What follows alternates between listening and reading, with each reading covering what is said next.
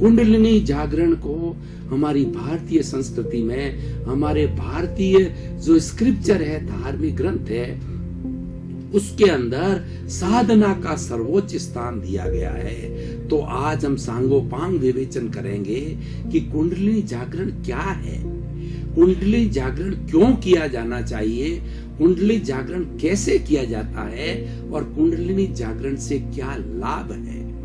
कुंडलिनी जागरण किसे कहते हैं? कुंडलिनी जागरण का अर्थ होता है कि हमें ज्ञान की प्राप्ति होना, हमारे भीतर जो आत्मा के गुण हैं, अनंत ज्ञान, अनंत दर्शन, अनंत शक्ति और अनंत सुख, उसका हमें आभास होना, अपने अस्तित्व का आभास होना, उसको कुंडलिनी जागरण कहा जाता है। यानी जो ज्ञान की उच्चतम स्थिति है उस तक पहुंचना।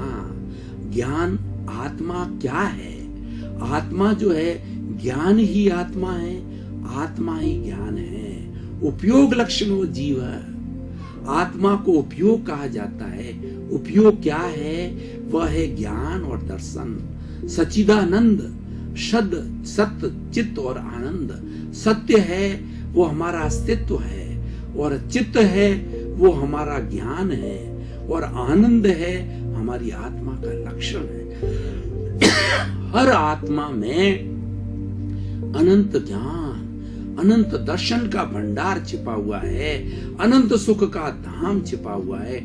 उसकी खोज करने का साधन है कुंडलिनी जागरण। और कुंडलिनी जागरण क्यों किया जाना चाहिए?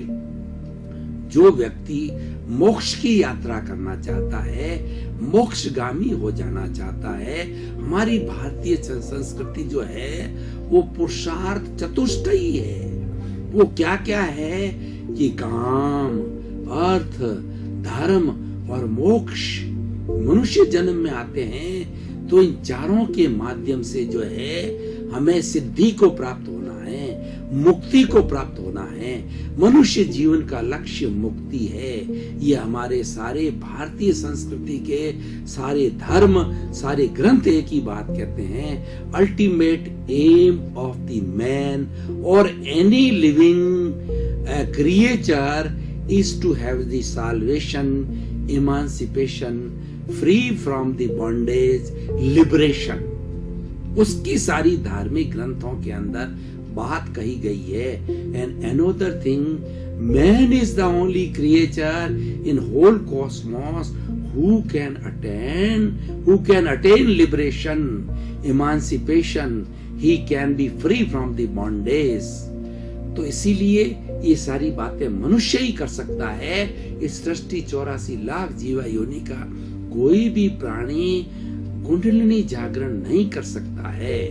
अब कुंडलिनी जागरण कैसे किया जाना चाहिए, उसकी मैं एक विधि की थ्योरी आपको बताता हूं। उसके बाद में प्रयोग करके भी बताऊंगा कि हमारी जो रीढ़ की हड्डी है, उस रीढ़ की हड्डी के अंदर एक सुषुम्ना जैसी छोटी सी धागे जैसी जो है वो सुषुम्ना धागा चलता है, जिसको हम सुषुम्ना कहते हैं। और सुषुम्ना एकदम सशक्त रहता है, रीढ़ की हड्डी सशक्त रहती है। रीढ़ की हड्डी उसका कैरियर है, रीढ़ की हड्डी उसको संरक्षण देने वाला है।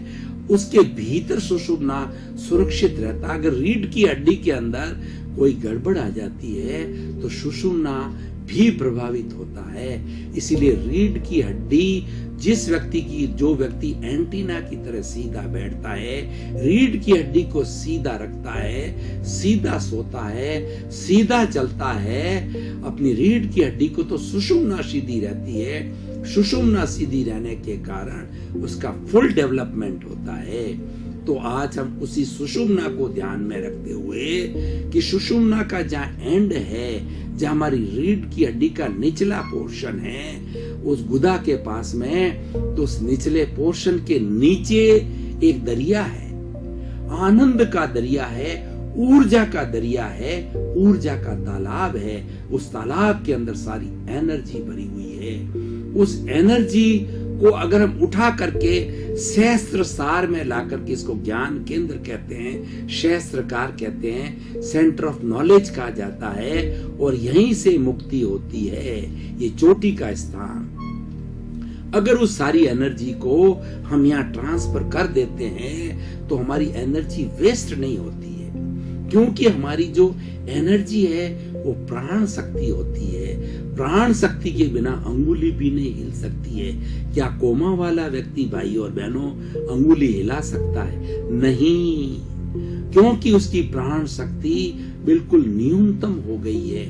मैं बोल रहा हूं, उसके लिए प्राण शक्ति चाहिए। मन को सोचने के लिए प्राण शक्ति चाहिए, वाणी से बोलने के लिए प्राण शक्ति चाहिए। शारीरिक कोई भी क्रिया करो, पढ़ना, लिखना, खेलना, कूदना, जो कुछ भी कार्य करो, वो व्यवसाय करना आदि, वो सारा कार्य प्राण ऊर्जा से होती है।